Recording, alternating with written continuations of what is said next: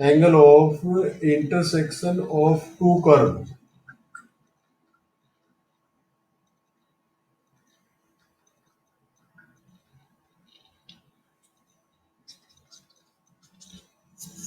बेटे दो कर्व के बीच का एंगल हम कैसे फाइंड आउट करेंगे ये देखते हैं। अभी तक दो लाइन के बीच का एंगल तो हम फाइंड आउट कर लेते थे, ये तो हमने आपको 11th क्लास में बताया था कि how to find out the angle between two lines. तो अगर याद हो आपको कि दो लाइन के बीच का एंगल क्या था, मान लेते हैं एंगल थीटा था, तो बेटा क्या होता था, tan theta is equal to, इस लाइन का एक लाइन है, इसका मान लेते हैं स्लोप m1 है और इसका स्लोप हम m2 फाइंड आउट कर लेते हैं। जो भी दिया है या जो भी है, अगर दोनों लाइंस के स्लोप्स मुझे पता है तो मैं उसके बीच का एंगल निकाल देता हूँ, m1 minus m2 upon 1 plus m1 into m2। ये था angle between two lines. But मुझे क्या निकालना है, एंगल बिटवीन टू स्लोप्स निकालना बेटा, ठीक है नहीं। तो किस तरह से निकालना देख ले। मान लेते हैं एक कर्व ये है बेटा और मान लेते हैं एक कर्व ये है। वो कहता है इन दोनों कर्व के बीच का एंगल फाइंड आउट करो। तो हम इसे कोऑर्डिनेट में लिख लेते हैं जरा।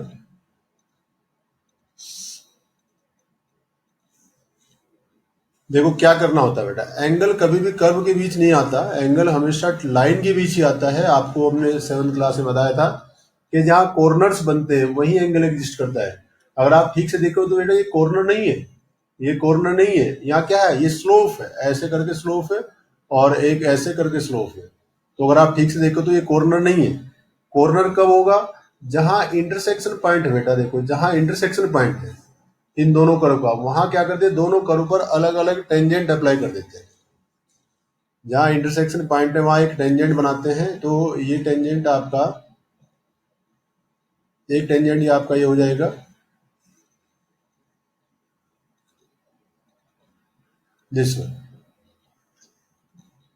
ठीक है बेटा, एक टेंजेंट आपका ये हो जाएगा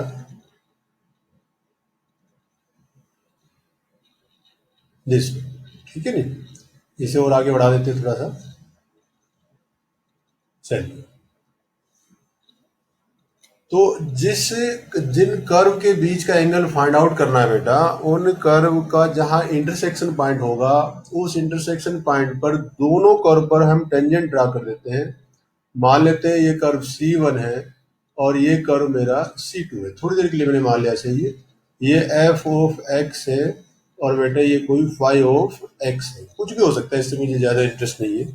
मुझे क्या करना है, अब जो टेंजेंट मैंने ड्रा की, इन टेंजेंट के बीच का एंगल जो होगा वही इन दोनों कर्व के बीच का एंगल होगा। मान लेते हो एंगल क्या है, थोड़ी देर के लिए मैंने मान लिया एंगल क्या है, फाई है। और बेटा अगर मैं देखूं कि भाई ये जो टेंजेंट है ये एक्स एक्सिस से क्या एंगल बना रही है, तो हमने मान लेते हैं क्या बना रही है बेटा, मान लेते हैं साई 1 बना रही है। और ये कितना बना रही है, साई 2 एंगल बना रही है। पॉजिटिव एक्स एक्सिस से मेजर कर लिया हमने कितना एंगल है। अब ये मुझे क्या निकालना, ये टेन साई निकालना बेटा, और कुछ नहीं। ये कोई पॉइंट मान लेते पी है जहाँ इंटरसेक्शन पॉइंट है। तो इस तरह का स्ट्रक्चर रहेगा। ये चीजें हम जब इंटीग्रेशन पढ़ेंगे बेटा, इंटीग्रेशन नहीं, जब हम प्लेन में जाएंगे angle between two planes find out करेंगे, तो वहां भी हम ऐसा ही करेंगे कि दो सरफेस के बीच का एंगल कैसे फाइंड आउट करते हैं, दो प्लेन के बीच का एंगल कैसे फाइंड आउट करते हैं। लाइन के बीच का एंगल तो आपको पता है कि लाइन के बीच का एंगल कैसे करते हैं, तो कर्व के बीच का एंगल क्या होगा, उन दोनों के इंटरसेक्शन पॉइंट पर अलग अलग टेंजेंट ड्रा कर देंगे दोनों कर्व पे, उनके बीच का जो एंगल आएगा। अब टेंजेंट का स्लोप निकालना कोई मुश्किल काम नहीं है, अगर आप चाहें तो स्लोप निकाल सकते हैं यहाँ से, ठीक है। टेंजेंट का स्लोप क्या होगा, अगर आप कहें भाई इस टेंजेंट का स्लोप क्या होगा बेटा, देखो ये जो मैंने टेंजेंट बनाई है सी, ये कर्व सी पर एक टेंजेंट ड्रा की है बेटा, इसे में साई 1 वाला है, साई 1। तो अगर मैं इसका स्लोप फाइंड आउट करूं, कर्व इसका स्लोप फाइंड आउट करूं बेटा, तो कितना आएगा, देखो slope of C1 is equal to, मान लेते हैं m1 है और कितना है, अगर आप ठीक से देखें तो मैंने कहाँ बनाया है, ये बनाया है टेंजेंट, देखो ये टेंजेंट बनाया है और ये टेंजेंट कितना है, tan ऑफ C1। और ऐसे ही स्लोप ऑफ C2 मान लेते हैं m2 है और बेटा कितना है, साई 2 है। ये देखो भाई पॉजिटिव एक्स एक्सिस से हमने मेजर कर लिया है, तो वही स्लोप होता है किसी भी लाइन का। अब मुझे बेटा ये निकालना है टेन साई, ये निकालना है टेन फाई। तो आप देखो इस ट्राइंगल की बात करो, ये पी है, मान लेते हैं ये ए है, ये बी है। तो ट्राइंगल ए पी बी की बात करो बेटा, तो जो एंगल होगा साई 1 जो होगा बेटा वो क्या होगा, साई वन की बात करो बेटा, साई वन एंगल कितना होगा? Sine 2 plus five. बिल्कुल, क्या था, अपोजिट एंगल क्या होते हैं, सम ऑफ एंगल्स हो जाता है ना। किसी ट्राइंगल का जो एक्सिस एंगल होता है उसके सामने वाली लाइन पर जो एंगल्स बनते हैं उन दोनों का सम हो जाएगा, तो साई टू प्लस फाइव हो जाएगा बेटा। और साई टू प्लस फाइव का मतलब क्या हो जाएगा आपका, फाइव को इधर ले जाओ, है नी, तो ये आ जाएगा five is equal to psi one minus psi two हो जाएगा। ठीक है, अब यहाँ टेन अप्लाई कर दो बेटा, तो tan ten five is equal to tan of psi one minus psi two, और tan of A minus B कितना होता है, tan of psi one minus tan of psi two upon one plus tan of psi one into tan of psi to.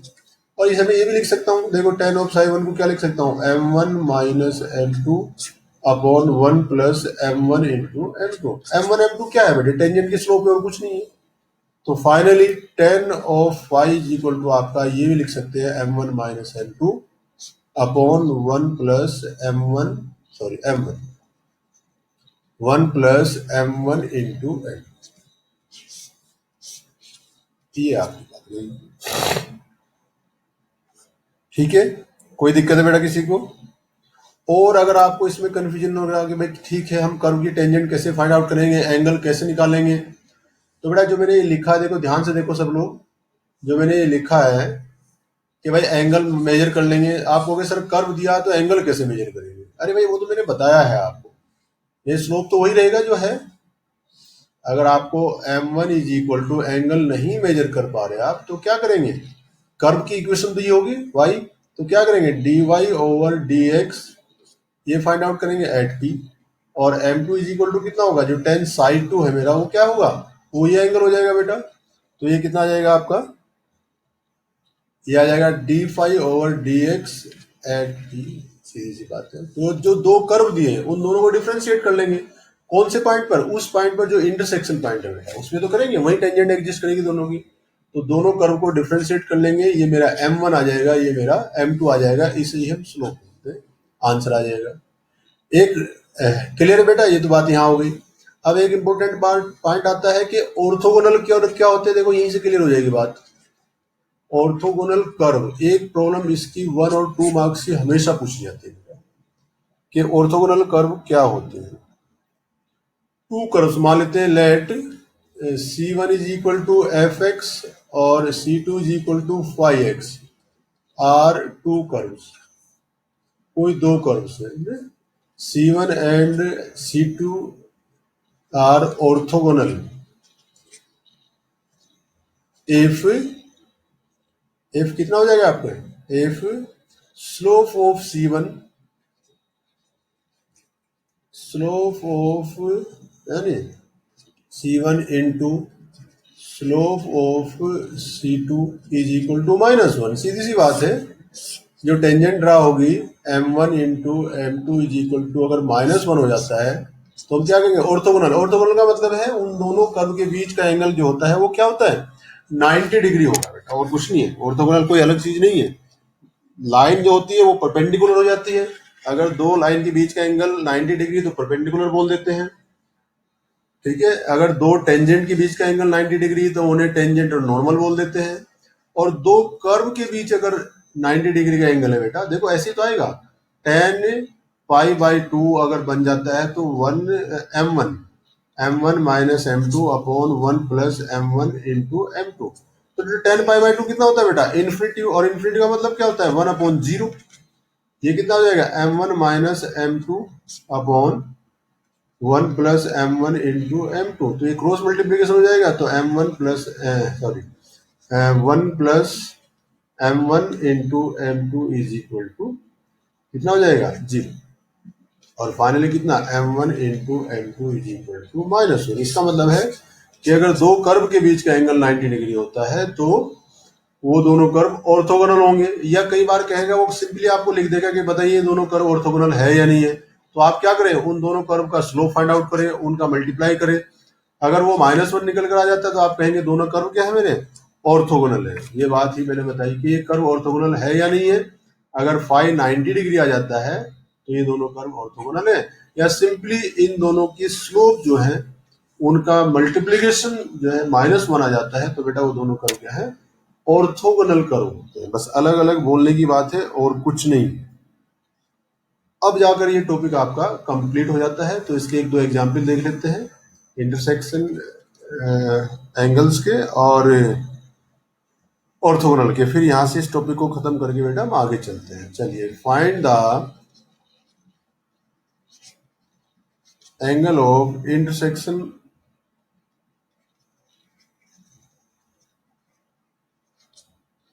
Of the following curves. तो देखो क्या दिया बेटा, पहले दिया है X Y is equal to 6 and X square Y is equal to 12, find out कीजिए। और सेकंड क्वेश्चन जो दिया है X square is equal to 4y, और बेटा दिया है and Y square is equal to 4x। Start करें बेटा। Find out the angle between to curves. दो अलग अलग कर्व दिए हैं। पहला कर्व दिया है X Y is equal to 6 और दूसरा कर्व दिया है X square Y is equal to 12। दोनों के बीच का एंगल फाइंड आउट करेंगे। स्टार्ट करें सब लोग। सबसे पहले इंटरसेक्शन पॉइंट फाइंड आउट करेंगे बेटा, वो पी पॉइंट फाइंड आउट करेंगे तभी तो स्लोप आएगा। वो पी फाइंड आउट, देखो जब तक दोनों के इंटरसेक्ट नहीं करेंगे तो एंगल कैसे निकल जाएगा, आप बताओ। अगर दो कर्व इंटरसेक्ट नहीं करेंगे तो बेटा उनके बीच का एंगल निकल जाएगा क्या, आप बताओ। उनके बीच एंगल पॉसिबल ही नहीं है। तो सबसे पहले तो देखो कि दोनों कर्व इंटरसेक्ट कर भी रहे नहीं कर रहे। इंटरसेक्शन पॉइंट एग्जिस्ट करता भी है नहीं करता है। ऐसा जरूरी नहीं कि हमेशा दो कर्व हैं और वो इंटरसेक्ट करेंगे ही करेंगे, ये जरूरी नहीं होता। तो इसलिए सबसे पहले उन दोनों की इक्वेशन को सोल्व कर कर point of intersection find out करो। फिर उन पॉइंट ऑफ इंटरसेक्शन का मतलब है कि वहां कर्व दोनों इंटरसेक्ट कर रहे हैं तो दोनों कर्व पर हम अलग अलग टेंजेंट ड्रा कर देते हैं, जो बताया था। यानी कि दोनों को डिफरेंशिएट कर कर उस पॉइंट पर हम स्लोप फाइंड आउट कर लेंगे। तो अगर एक की वैल्यू निकाल के दूसरे पुट कर दो, ये कोई बहुत बड़ी बात नहीं है। यहाँ वाई वैल्यू यहाँ पुट कर दो बेटा, तो आ जाएगा X square into 6 upon X is equal to 12। ठीक है, तो ये कितना आया है, एक्स एक्स कट जाएगा तो एक्स इक्वल टू 2 आ जाएगा बेटा। और एक्स इक्वल टू 2 यहाँ पुट कर दो तो Y is equal to I think 3 आ जाएगा। 3 आएगा, कुछ और आएगा चेक कर लो। हाँ 3 आएगा। तो पॉइंट ऑफ इंटरसेक्शन कितना बना बेटा, पॉइंट ऑफ, सबसे पहला काम ये करेंगे, वो कितना आ जाएगा, मान लेते हैं पी है वो 2 और 3 आया, जो मैंने पी बताया था वो 2 3 आया। अब डिफरेंशिएट करो बेटा, अब स्लोप फाइंड आउट करेंगे। कैसे करेंगे, पहले इस कर्व को डिफरेंशिएट करेंगे। तो जरूरी नहीं कि इधर उधर लेके जाओ, ऐसे कैसे ही कर लो। मैंने बताया था आपको इम्प्लिसिट फंक्शन में एज इट इज शुरू कर दो। तो x इंटू वाई, ये फर्स्ट फंक्शन है, ये सेकंड फंक्शन है बेटा, तो कितना आ जाएगा, x first function as it is, second का डिफरेंशिएशन, और plus second function as it is, first का डिफरेंशिएशन इज इक्वल टू 0। तो dy ओवर dx जो आएगा बेटा वो कितना आ जाएगा, minus Y upon X, I think ये आएगा ना।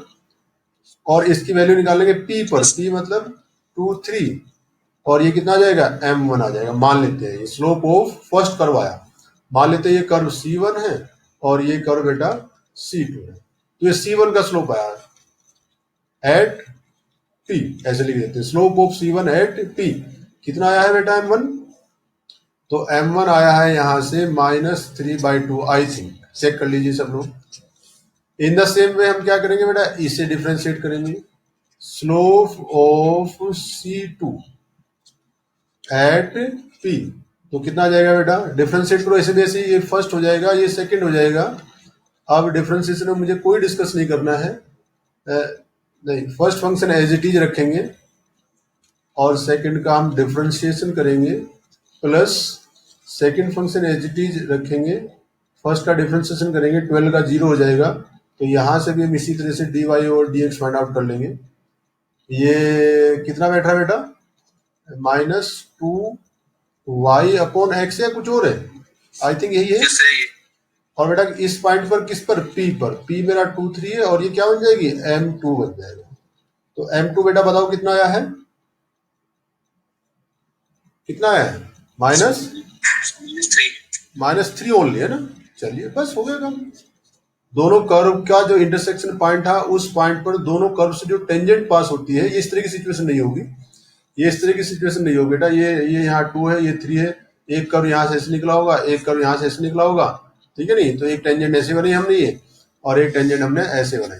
तो इस टेंजेंट का जो स्लोप है एक का वो 3/2 है, और इसका स्लोप कितना है -3 है। इनके बीच का एंगल निकालना है। ये वो एंगल हमने बताया था, मान लेते हैं कितना एंगल है, फाई है। तो m1 कितना बेटा, -3/2 -3/1 प्लस 3/2 इंटू 3, जो भी आएगा वो आपका आंसर है।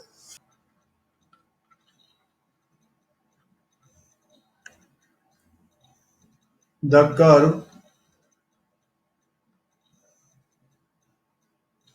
x square is equal to y square, x is equal to y square, and x into y is equal to k. K is any constant. Cut at right angle if 8k square is equal to, ये show करना बेटा sir. और ये लगातार question पूछा जाता है, लगभग हर बार पूछा जाता है।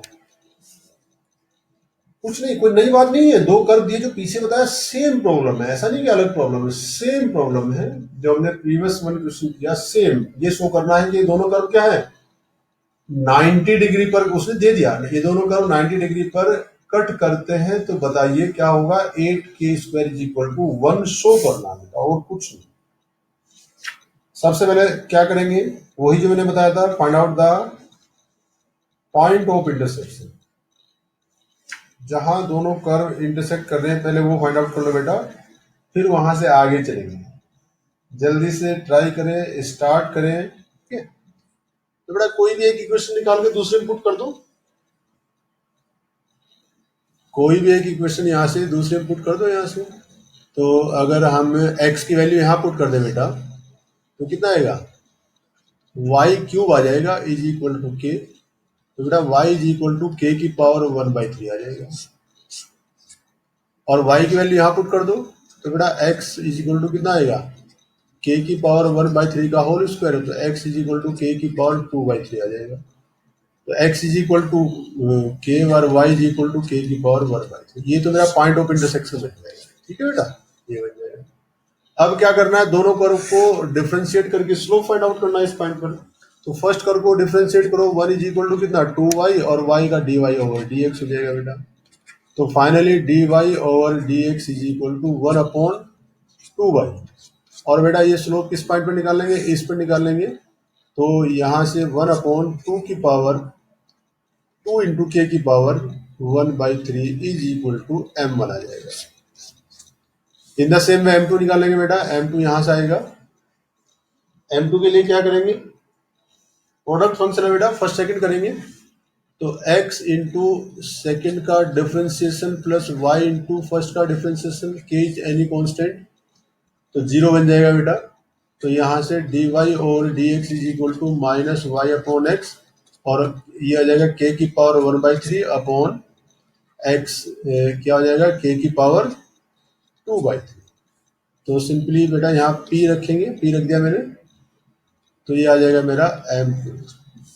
तो m2 कितना बना है फाइनली बेटा, m2 जो मेरा बना है -1 अपॉन, नीचे चली जाएगी पावर तो क्या बन जाएगा, आई थिंक k की पावर 1/3 हो जाएगा, चेक करो कुछ और तो नहीं है।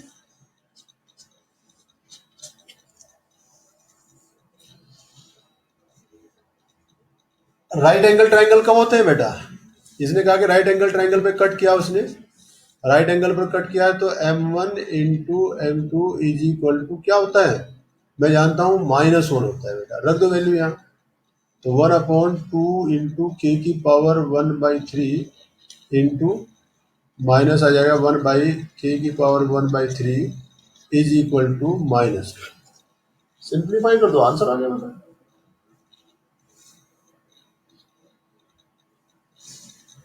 माइनस माइनस खत्म हो जाएगा, ठीक है, इधर चले जाएगा। तो फाइनली कितना बन जाएगा बेटा, ये आ जाएगा 2 की पावर, ये कितना हो जाएगा बेटा, आई थिंक 2/3 हो जाएगा, कुछ और होगा, चेक करो जरा।